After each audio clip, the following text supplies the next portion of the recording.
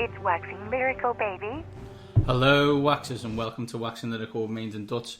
I'm your host, Mainz, and my colleague, who also doesn't have any playoff football this weekend, it's Mr. Neil Dutton. How are we, Neil? Playoff football is horribly overrated. I assume it must be, as my team decided that they would decide definitely not to go by putting in their worst performance of the season. Bravo. Excellent timing. There is...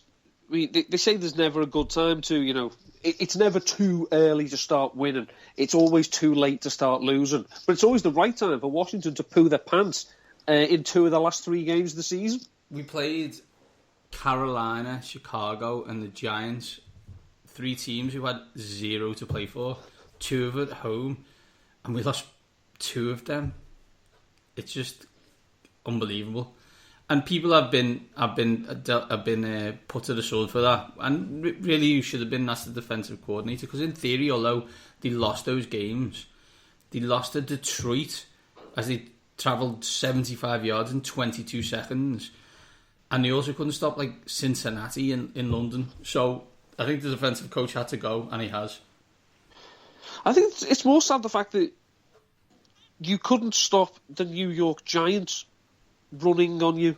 Exactly, that's what I'm saying. The first half of that game, you just watch it, and I'm watching it with my hands over my face, saying, why is Paul Perkins, or whatever his name is, running for 6 yards every time he's got the ball, when the Giants can't run for 2 yards against anybody else?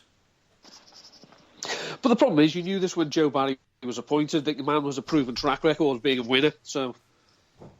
Yeah, although, to be fair, I'm sure there's a lot of teams who want Gus Bradley as the defensive coordinator, and he stunk as a head coach. So I'm not necessarily going to give that against him. My issue is not the fact that he was on the 0-16 Lions. My fact is that he's not very good at his job. But to be fair, he was stepping into a role that was, filled with distinction by Jim Haslett, who also wasn't very good at his job. Do you know the last good defensive coordinator we had? Greg Williams. Double G, yeah. Greg Williams, unbelievable. I've obviously, as you've seen on Twitter, Dutton, put out a call for unemployed former defensive coordinator of the Denver Broncos, Wade Phillips. I believe his son's working in Washington. Maybe you can come and join him. Maybe. On the job openings, Dutton, before we get into the Wildcard weekend games, give you our overviews, give you a team of the week, two different types of teams of the week this week. I'm going to do the standard DFS stuff that we normally do, and Dutton's going NFL-tastic on the playoff challenge. I don't do that because it confuses the backside of me. Well, I am a company man. You are a company man, Dutton, you absolutely, or you're trying desperately to be. There's a number of job openings at the moment, so we wanted to look at them, but not all of them. We wanted to look at which job we would want the most and which job we'd want the least. So let's get straight on with that, Dutton. As we speak, there's 6 jobs opening. The 49ers, the Bills, the Rams, the Chargers, the Jaguars, and the Broncos. So I think we should just say, before we start, that we should say that we're not speaking as Mainz and Dutts because we're potless bums that literally if any NFL team said, would you like to be our head coach? Of course we'll do it. We're looking at as, we're probably, the hot coordinator of this team or college coach, and we're being sold these 6 teams. So which one do we want? Which one, if they rang us, would we pass the phone to someone else and tell them I'm out? Yeah, let's be honest on that. If me or you got charged, we get them to sign a 5-year deal. We'd be sacked after 1 season and still be paid for all 5. So we'd be perfectly fine. But I do agree with what you're saying. So let's go negative first and say my wheelhouse. yeah, absolutely our wheelhouse. Out of these 6 jobs, Dutton, which one would you want least? Well, quite frankly, 2 of the jobs immediately smack of not just toxic situations, but Chernobyl-like situations in terms of their toxicity.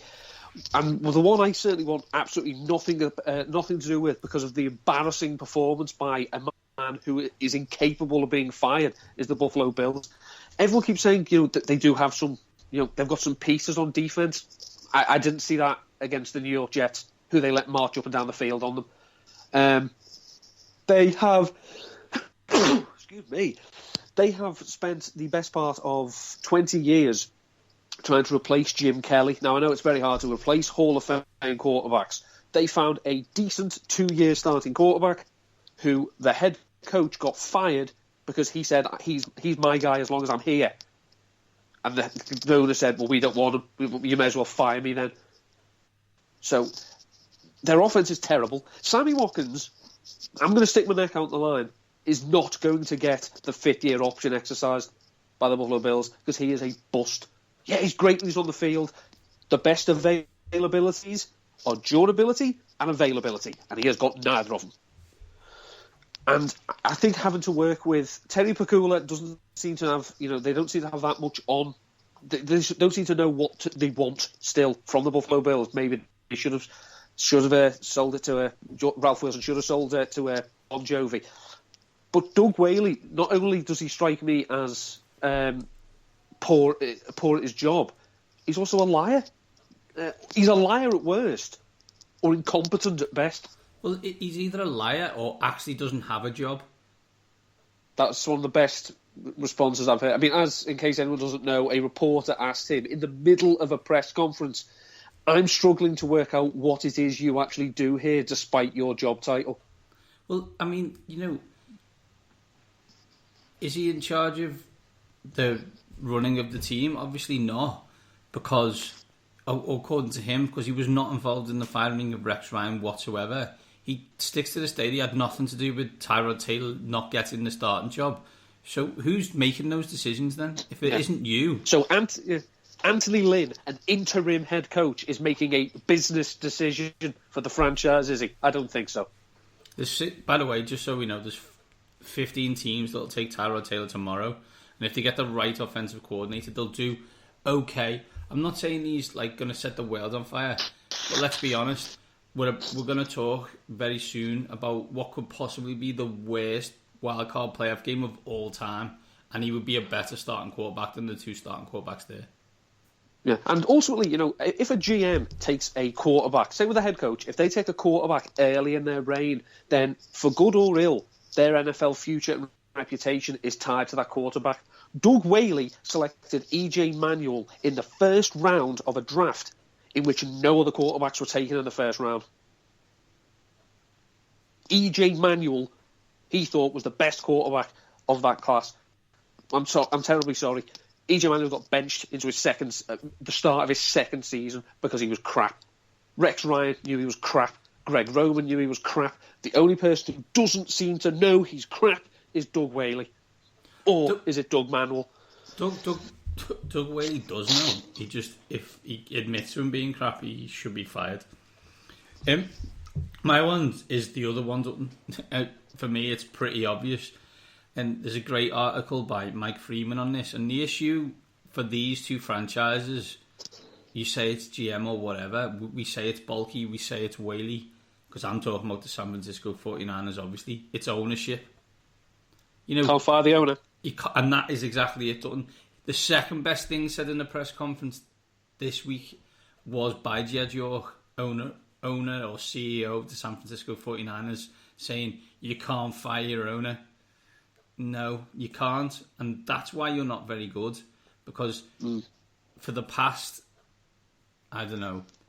15 years, with the exception of a 3-year blip under Jim Harbaugh, the San Francisco 49ers have been basically as bad as the Cleveland Browns, and don't let anybody tell you otherwise. And that's been during the time when they fought about ownership, then eventually won ownership, then changed ownership. What this causes is vacuums in leadership, vacuums in power. People get put into places of power that don't deserve it. Trent Baalke, I'm looking at you. And what happens on the field? Zero talent. And if you think that ownership doesn't work, they're about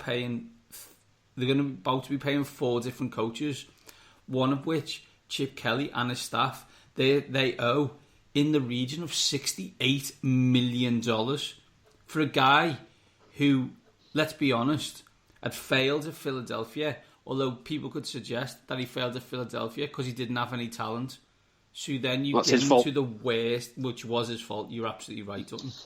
but then you put him onto the least talented, second least talented team in the NFL and expect him to do something ridiculous. You can also look, I mean, let's go back 2002 season. The San Francisco 49ers fired Steve Mariucci after they lost in the divisional round of the playoffs. Right. They didn't go to the playoffs again until 2011 with Jim Harbaugh. Yeah. So for 3 years in a row, they went to the NFC title game and or the Super Bowl. Last year, the year before then, 2015, they went 5-11 with Jim Tom Sula, 1 and done, 2-14 with Chip Kelly. What of the San Francisco? Forget the Bill Walsh, forget Joe Montana, forget all the Super Bowls. In the 21st century, what has this franchise done to make you think there's a continuation or a culture of excellence? They are an absolute train wreck. And as I say, it starts at the top. To actually have to answer the quote, well, you can't fire the owner. So what are you admitting, that if they could, you'd be in trouble? And, I mean, it just goes down to this. Jed York would rather have had Trent Baalke as GM than Jim Harbaugh as head coach. That sums everything up quite perfectly, I think. And that's why you should be able to fire your owner. So, Dalton, if we skew positive, which team would you want to coach? In a vacuum, all things being equal, the team I would want would be the San Diego Chargers, because I think they have the nucleus of a very good squad. They've got some outstanding offensive players. They've got some good pieces on defence, especially with Joey Bosa. However, I don't want that job because Phil Rivers is 34. We don't know how long he's going to go. The team doesn't know where it's going to be. And we've seen what happens if a team moves to a new stadium. The incumbent coach can pretty much get lost in the shuffle. So even though I have said that until I see otherwise, this team will be tipped to go 0-16 every season, I want the Jacksonville Jaguars job because they've shown they've got a patient owner. So we might not get a knee-jerk sacking if we go bad. Again, some good pieces on offense. Needs a bit of work on the offensive line. Julius Thomas was a bust, but they can get out of that quite quickly. They've got a quarterback who has shown, I'm telling you so, I've got something in my mouth, a quarterback who has shown he can be productive when his mechanics are working. They have some very exciting pieces on defense. Defensively, they were a lot better than their record suggests because they were given such short fields. And unfortunately, you do concede the point your offense gives away. They've got a lot of cap space. And also, most importantly for me, they probably have very low expectations at the moment. So it sounds like your dating habits of your early 20s. I think the Jaguars is a decent option. As you said, talent on the field. The flaw I've got is that Blake Bortles last year wasn't actually good. He was actually good at fantasy. They're two different things, right? Like, I understand they have talent, and as you said, they were infinitely better on defense this year. Do I want that job though? I don't really know. Is someone like Kyle Shanahan or Josh McDaniels even interviewing for that job? I don't think they are, and that kind of says a lot to me. Although it's a patient ownership, it's a fan base that doesn't necessarily care as deeply as some of the other franchises. Or if, they're not. I don't want to slag off the Jaguars, that far from it, but they're not the Cowboys or the Steelers, for example. No. And it's not a great media market. Allegedly, it's not the greatest place in the world.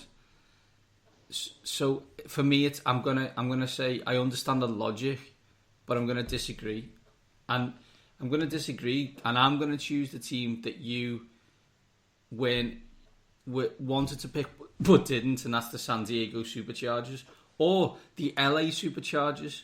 To be honest, I get to live in San Diego or Los Angeles, so I am definitely a winner. Loads of young talent. Bosa, Melvin Gordon, Inman, Hunter Henry, everyone's favourite new tight end. They've got a quarterback. Yes, he is 34, Dutton, but let's not forget he's got 47 kids, so he's probably feeling quite sprightly, or he's really quite tired old all the time. Depends which way you think about it. They have been, I don't want to use the phrase curse, but they've been struck by a lot of injuries. Get Keenan Allen back, get Danny Woodhead back with that other talent they've got. Top 5 draft pick. You also get to move to LA and all you've got to do is be better than the Rams. You're doing that just by, throwing the ball more than 10 yards and someone catching it. I understand the ownership movement issue, but I think that, much like you were saying in Jacksonville, low expectations, I think that may buy me a year or two as well. Because if I leave next year, I've got this year where they're like, oh, we're going to leave, or what's going to go on. And then the year after, oh, it's the first year, no one's really bothered, if you know what I mean. So I've got 2 years. And also there's a possibility that they're going to play in Carson in front of 27,000 people, which sounds like an awesome championship football type concept, which I actually quite like. Yeah. I mean, I'm just thinking, I think it certainly depends on what type of coach these teams, all 6 of these teams, because we have mentioned a team we actually haven't mentioned that, a year ago picked up a rather impressive bit of silverware, and now they don't have a head coach. But my issue for them, Dutton, is I'm not sure they've got a quarterback. No. Who I would want. Although Trevor Simeon's done okay. Their offense is at best spluttered. They have no running game. I'm concerned by the offensive line. The defense is excellent against the pass. It was terrible this year against the run. It was literally like if like the Baltimore Ravens a few years ago, that was its peak, and the only way was down from that point. Do you know, it's quite scary. After they won the Super Bowl in 2000, the next 4 years, the Baltimore Ravens went 31 and 32, I think. The Baltimore Ravens, since their last Super Bowl, have gone 32 and 32. Serious question, don't you take the 2 Super Bowls and then the 64 and 64, though, right? Yeah, I'll take it.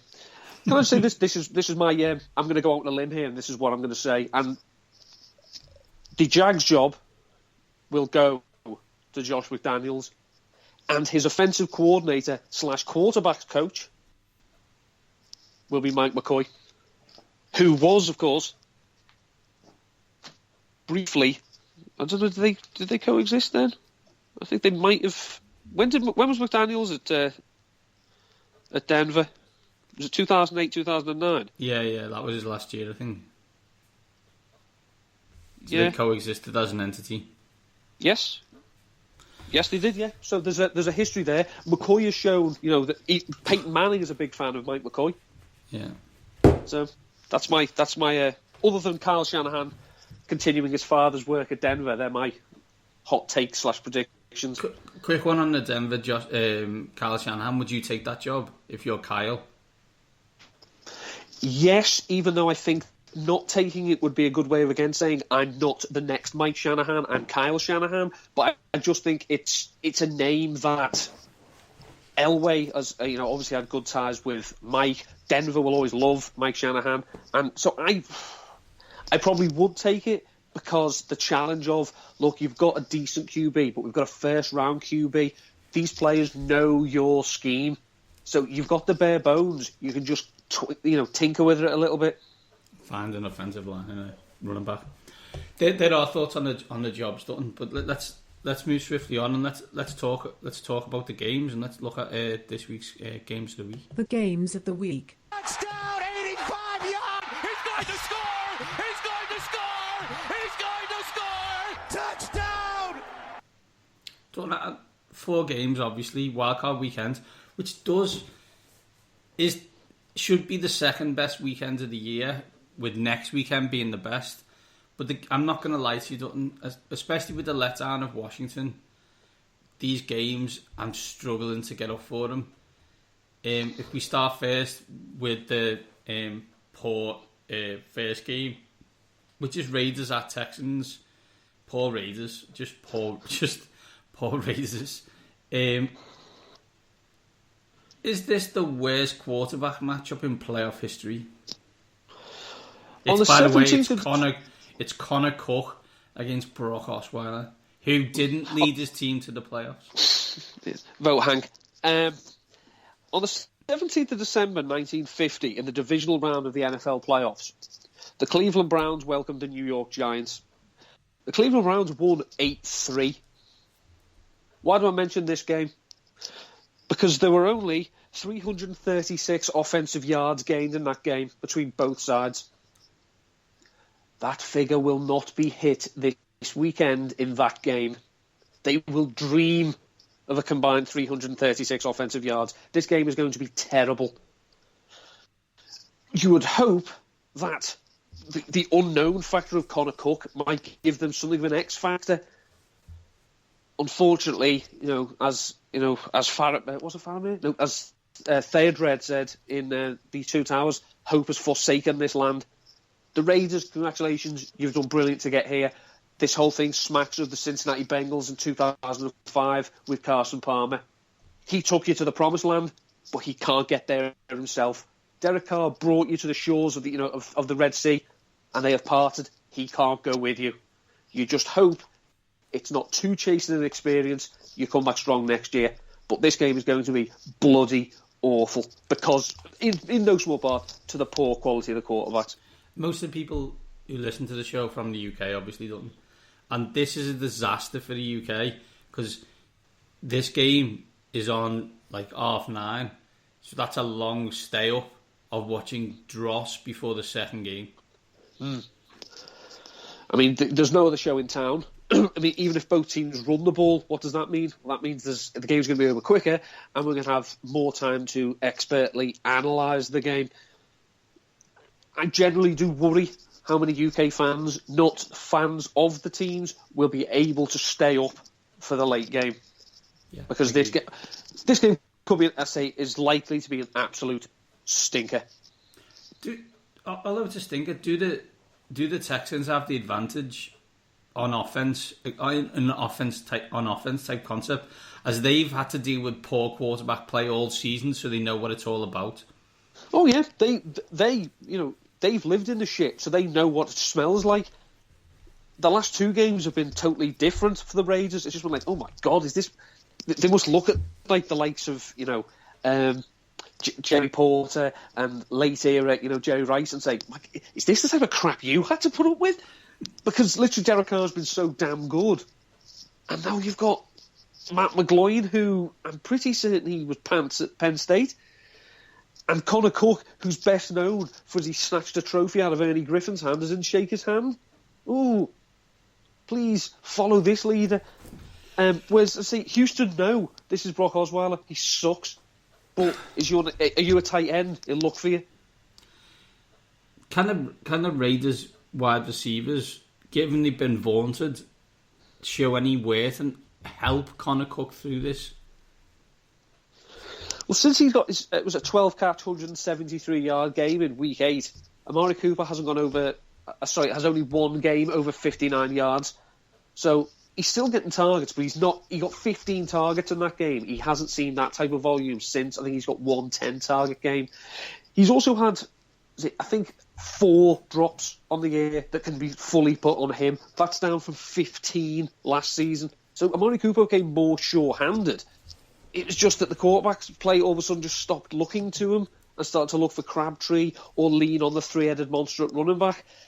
Now it's like it's a case of the Texans are going to say, sorry, Murray is not going to run over us. Rashard is not going to run through us. So there's no point running deep routes or whatnot. You're going to have to be clever. And Michael Crabtree's a canny operator. We know he can be. Cooper, first playoff game, we don't know. It's just a mess. It really is a mess. Raiders at Texans, Dutton, over-unders 36.5. So we're taking the under. Who's going to win the game? The Texans 2-0. I'm going to take the Texans because I really just start that in the Wildcard weekend. The best defence of all 8 has never lost, and they have the best defence in the league, statistically, I guess. So I'm going to take the Texans in some kind of, 17-10, maybe. It's not going to be fun, though. It's not going to be pretty. And if you're trying to gain brownie points for later on in the playoffs, I'd suggest watching a chick flick with your missus. Next game, Dutton. It's Lions at Seahawks. It should be Washington at Seahawks. It's Lions at Seahawks. I suppose, given the fact it's the Lions, Dutton, is this a get-right game for the Seahawks? Well, you can look at this two ways. One of them, this is an offensive line that is terrible, but for those reasons, their offensive line coach gets head coach interviews. Okay, struggling with that one. And you can also say that the Detroit defensive line isn't very good, and Terrell Austin is going to be getting coaching jobs interviews as well. So it's a question of which of these movable objects and resistible forces does it suit better? Can the piss-poor offensive line start to run on this poor defensive line, or can the defensive line impose its will on the offensive line? I think the fact I think Seattle are the home team, aren't they? Yeah. Yeah, if they won the NFC West. I think the home team is probably going to butt in their favour, but Seattle are so schizophrenic.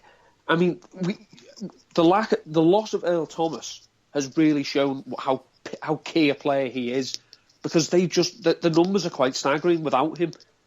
We've got Michael Bennett. Obviously, he's very good.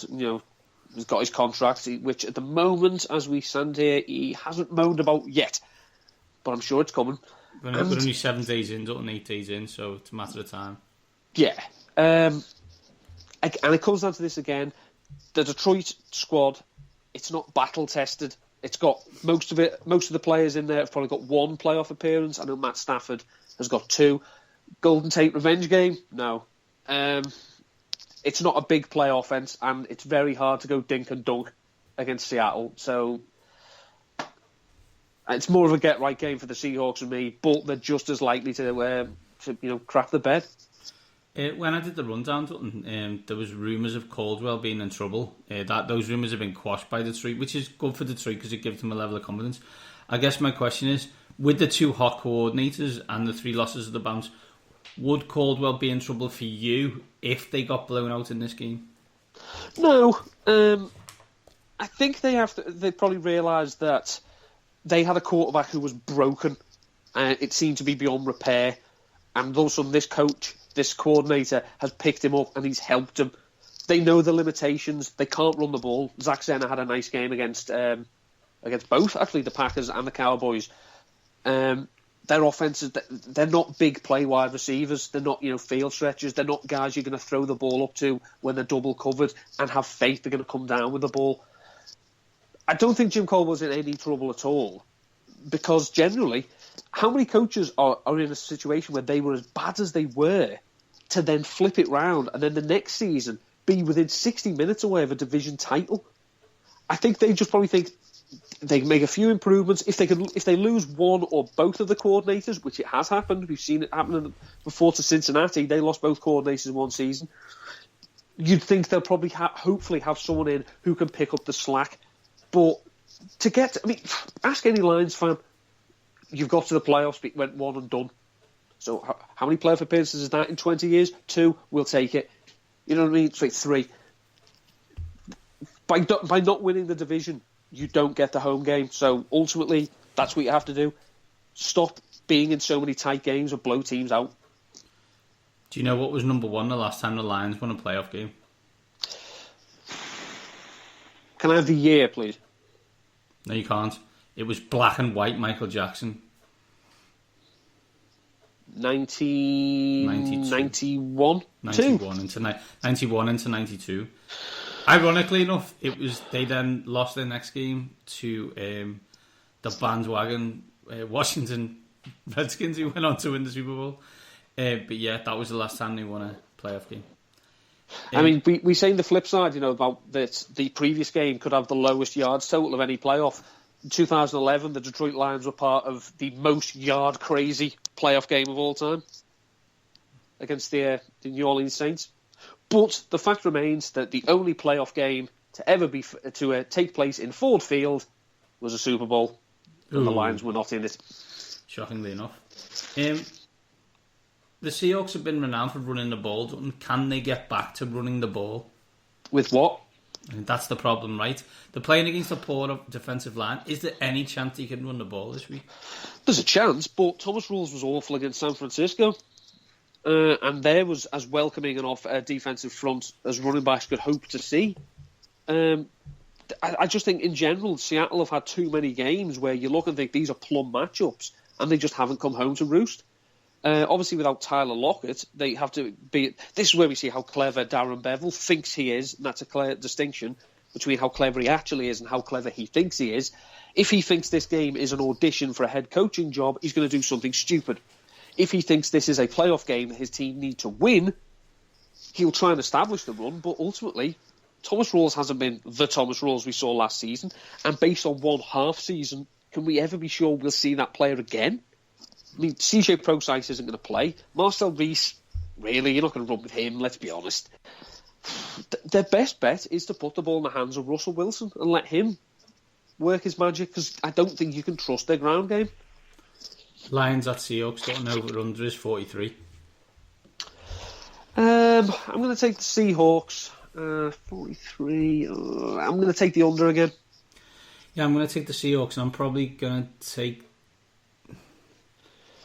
take the under, but it'll be very close. I don't think I'll bet on it. It's going to be one of these like 25-17 games, you know what I mean? Which I believe is 42 if I'm any good at math. Next game, Dutton, first game of Sunday. It's my father's Miami Dolphins at the Pittsburgh Steelers. First question is, did the Dolphins need Tannehill to play to have any chance of winning this game? No, I don't think there's been any appreciable drop-off in their offense under Matt Moore than Ryan Tannehill. I mean, seriously, what else does he give you? Slightly stronger arm? Slightly. Bit more mobility? Yeah, but Gase hasn't exactly had him running. So I don't think the loss of Ryan Tannehill is going to affect them overly then in the sense that, you know, he's the leader, he takes this team into battle. Yes, so what? He's not very good. So I don't think that's the reason the Dolphins won't win this game, but, you know. On the Steelers side, more on the Pats, on the AFC side as a whole, really. Should the Patriots fear the Steelers as the only team who can give them any trouble in the playoffs in the AFC? On paper, again, we have that. Yes, we've seen that, you know, this is a very potent offense when all parts are clicking. But one factor is that I'm not sure. I haven't seen the calculation, but through 15 games of this season, the New England Patriots were allowing fewer or less yards per game. Sorry, less points per game than the Denver Broncos last season. You know, that much vaunted historic Denver Broncos defense wasn't as stingy as this New England Patriots defense. And also, when was the last time Pittsburgh won a big game against Tom Brady? I think next time would be the first time. Yeah. I've seen nothing to... we're more likely to see this... I'd say this, right. We're more likely to see the Dolphins beat the Steelers than we are to see the Steelers beat the Patriots. Okay. That's because one team is renowned for playing down, and let's not forget, the Dolphins did kick their tails this year. Yeah. Did, absolutely done. From a DFS point of view, Jay Ajayi or Le'Veon Bell? Le'Veon Bell all day, every day. It's not even close. If that is your genuine choice, it's a nice problem to have. But London-born's been banged up, and Le'Veon Bell's just a freak. He's a cheat code. He is a cheat code, and you know, people will see the 200 yards that Ajayi got against the Steelers in the first game. But I'm with Dutton on this. You know, Bell's a cheat code, and when we get on to Team of the Week, you'll see why people might not be able to pick Le'Veon Bell this week. Dolphins at Steelers, Dutton. Over under is 45.5. I'm going to take the Steelers, and I'm going to take the over. So I'll take this as my first over. I'm going to take the Steelers and the over as well. I think the Dolphins, you know, unlike the Lions, who were like we seem to be down on even though they've made the playoffs.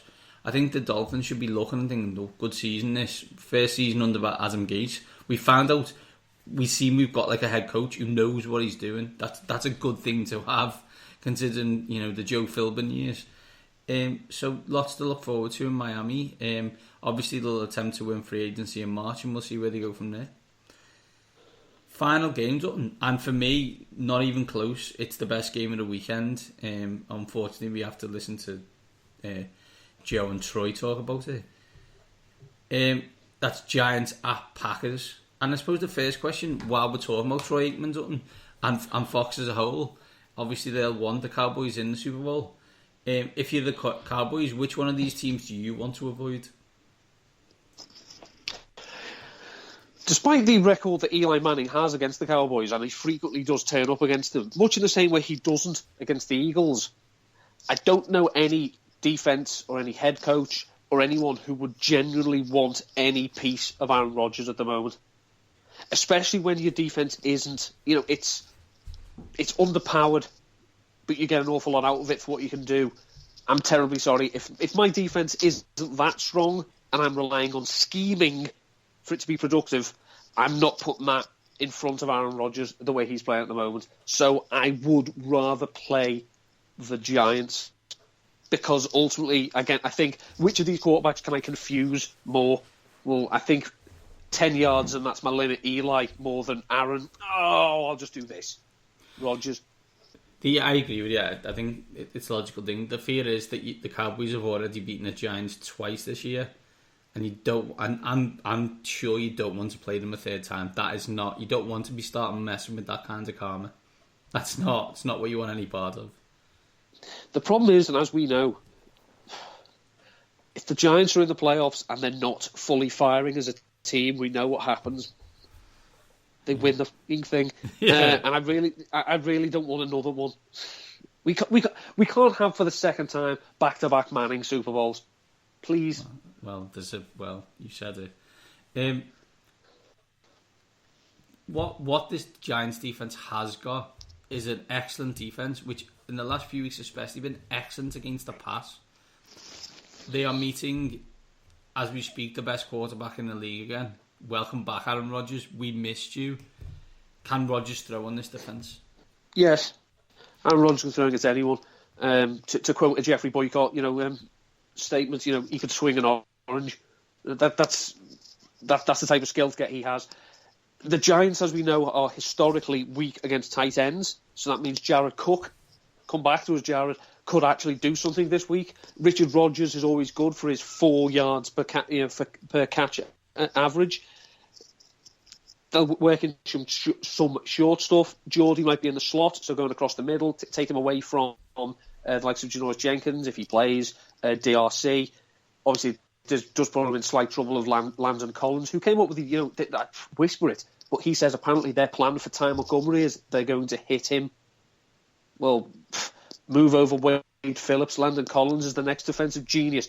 I have faith in Aaron Rodgers that he can do what he wants with this team. They've done very well. They're an excellent advert for, look, you can improve through free agency.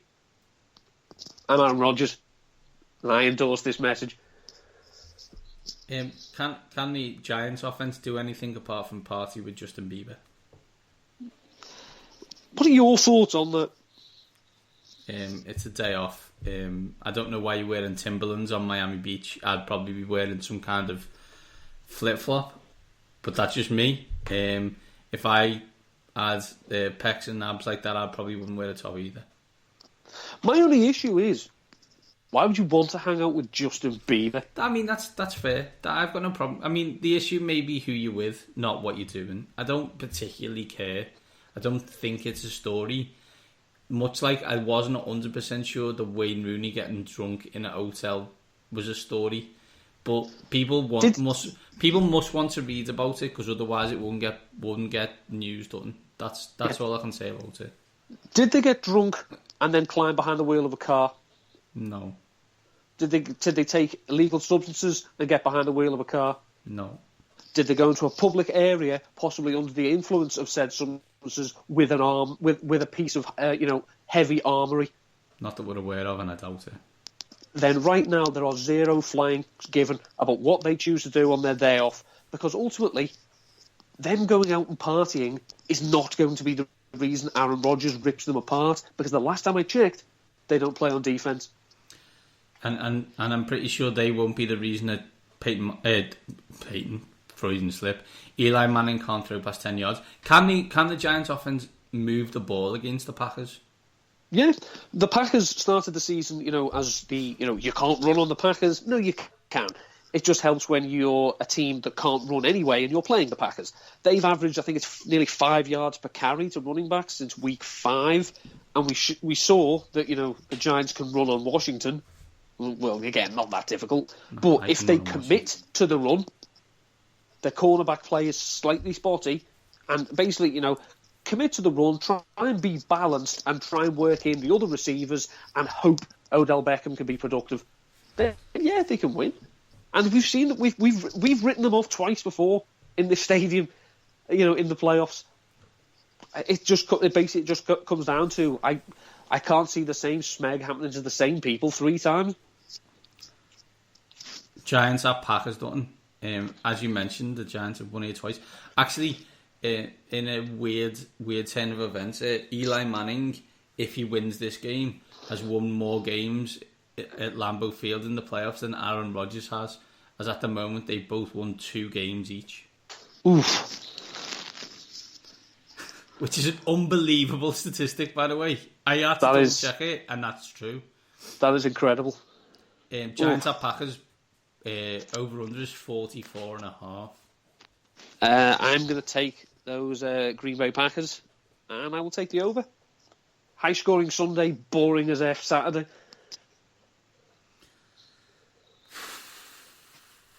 Don't do it.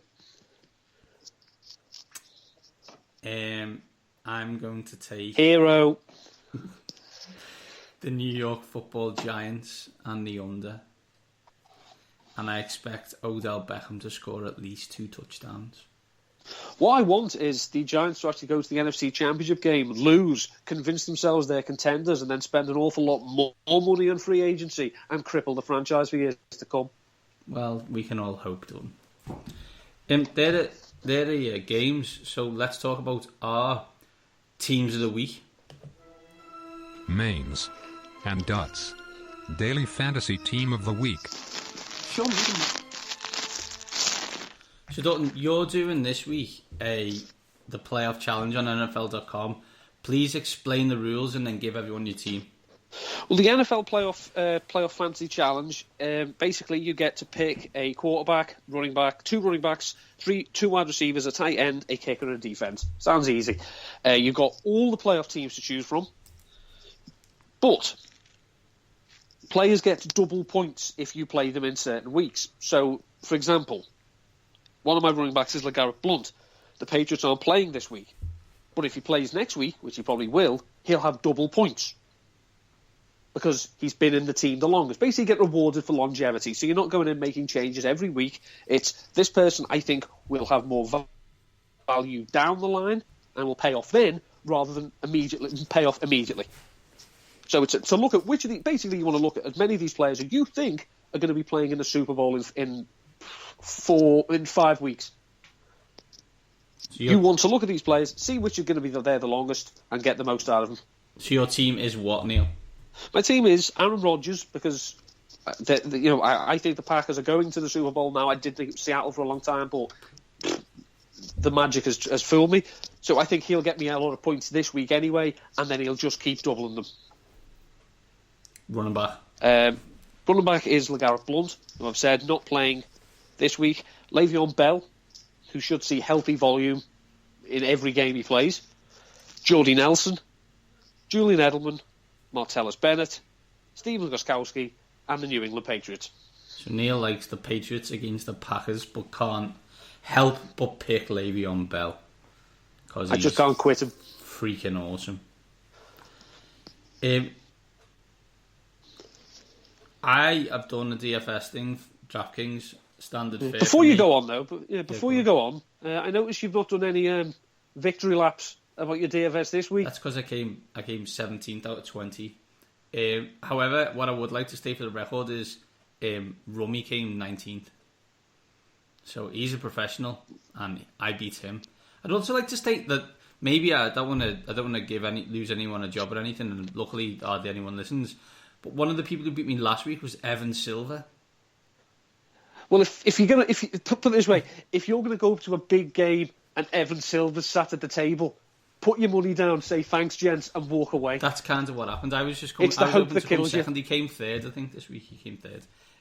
So I didn't do as well this week. I think the big money put me off, and the fact that I don't know why I did it. I don't know why Rummy convinced me to go into it, considering that no one knew who was going to play and what was going to happen. But anyway, hero. I know, I just saw Benjamins and ran for it. Team of the week, Dutton, for me, quarterback is Russell Wilson. I think, as you quite rightly pointed out, the Seattle Seahawks have got no running game, so if they're going to score any points, it'll probably be through Wilson. He's $7,000. Running back one, it has to be Le'Veon Bell, Dutton. The issue with it being Le'Veon Bell is he is $10,300, which is the biggest amount I have seen all year, which calls into question the rest of your team. You've got Marquise Gray at tight end, haven't you? I haven't. I've got one of your close personal friends at tight end, but we'll get to that. Running back two, I picked him because unlike Martellus Bennett, I think Aaron Ripkowski is the best white running back in the NFL. 4,100. I actually have picks accent, and we'll get to him. He's 4,100. He scored touchdown last week. He'll get a few throws. I think the New York defense will pressure Aaron. He will escape, but he'll be looking for those dump offs, and Ripkowski maybe one of those throws. Wide receiver one is the stack, and that's Doug Baldwin. He's 7,000. He will get a lot of throws from Russell Wilson, hopefully get in the end zone. Wide receiver two is one of my favourites in terms of getting as much touches as possible. That's Jarvis Landry. He's gone a lot deeper this year, but with Matt Moore, I expect a lot more. Get him the ball 50 times this week. Him and Jay Ajayi, the playmakers on the Dolphins offense. I expect him to play well. Wide receiver three is Sterling Shepard, New York Football Giants. You obviously want Odell Beckham. You can't get him, so go for the next best option. Shepard is 4,800. And as I said, I think the Giants might win. Tight end, Dutton. One of your favourites and one of Brock Osweiler's favourites, and that's CJ Fedorowicz. The Fedora goat. He is 4,200. Brock Osweiler can't throw to anyone, but if he did, he'd probably throw it to his tight end. My flex option is the best white running back in the league according to Martellus Bennett, and that is Zach Zenner. He's 4,500.